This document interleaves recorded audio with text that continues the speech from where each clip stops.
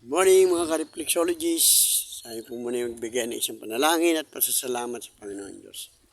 Hallelujah, praise God. Lord, maraming salamat po muli sa umagang ito sa lahat po ng biyayang aming natanggap sa magdamag. Sa aming pong panibagong buhay at kalakasan, pinupuri, pinasasalamatan ka po namin, Panginoon. Sa umaga po ito, Panginoon, muli kong dinadalangin, tinataas sa iyo ang aking sambayan. Aking po asawa si Vicky, aking anak si Raymond, si Richard, si Love, si Crisel, ang aking po mga apo na si Radley, si River, si Sky. Ako po, sambayan ni Nen, sambayan ni Bebot at lahat ng aking mga kapatid, sampu na kanilang mga pamilya. Tulungan niyo po kami lahat, Panginoon, at ilayo sa anumang uri ng karamdaman at kapahamakan.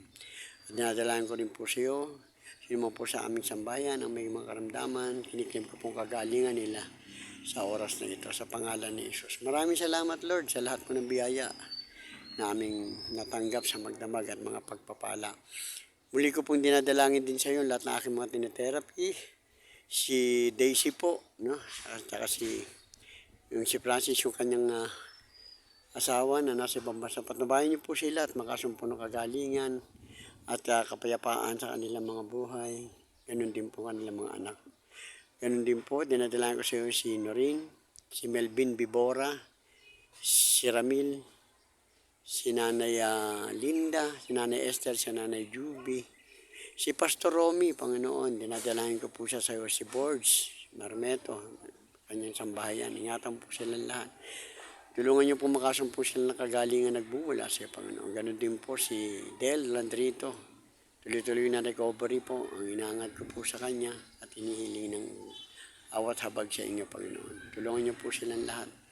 Makasumpo ng kagalingan nagmumula sa iyo. Si Kuya Clady, sambahayan ni Eddie, no? Ni Pastor Ed, Panginoon, si Seni. Tulungan niyo po siya sa kanyang pinagdaraanan ngayon. Tulungan niyo po si Pastor Ed na maging matatag at mapagtagumpayan ang lahat ng mga pagsubok na ito.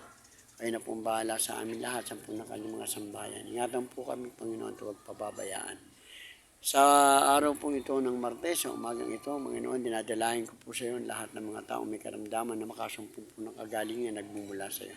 Maging sila po ay nasa ospital o nasa kanilang mga tahanan. Kiniklaim ko po ito, ang aking po apo na si River, si Sky, si Radley. I-review ko kanilang mga sipon, mga ubo, at lahat po, Panginoon, ng aking mga mahal sa buhay, po ng aking mga kapatid at kanilang sambayan, ay makasumpo ng katiwasayan, kalakasan ng katawan, pagpapala na nagmumula sa iyo, Panginoon. So, maraming salamat po. Kayo na po ang bahala sa amin lahat, Panginoon, sa araw na ito. Pinupurit, pinasasalamatan ka po namin, Lord God. Maraming salamat po. Maraming salamat po, Panginoon. Si Ben, tulungan niyo po siya, tuloy-tuloy na recovery na ng kanyang binti. Maraming salamat po, Panginoon, sa pagpapa-impis mo dito. Sa mahaba-habang araw na pagte-therapy namin, ay nakita ko po ang pagbabago, pag-impis ng kanyang mga binti. Sa pangalan ni Jesus, Panginoon, tuloy-tuloy ko pong kiniklaim ito. Maraming salamat, Lord. Maraming salamat po sa lahat ng ito. Kayo na pong bahala sa lahat ng aking mga tinitherapy, na sila pong lahat, Panginoon, ay makasumpo ng kagalingan nagmumula sa iyo. Maraming salamat po, Panginoon. Kaya sa umaga pong ito, Lord God, binabalik ko po sa iyo lahat ng papuri at pasasalamat. At ako po ay nananalig at nananampalataya na lahat po ng aking samudalangin sa pangalan ni Jesus. Ito po ay magkakaroon ng katabunan. Maraming salamat po. We praise you and we glorify you. Amen and amen. Hallelujah, praise God.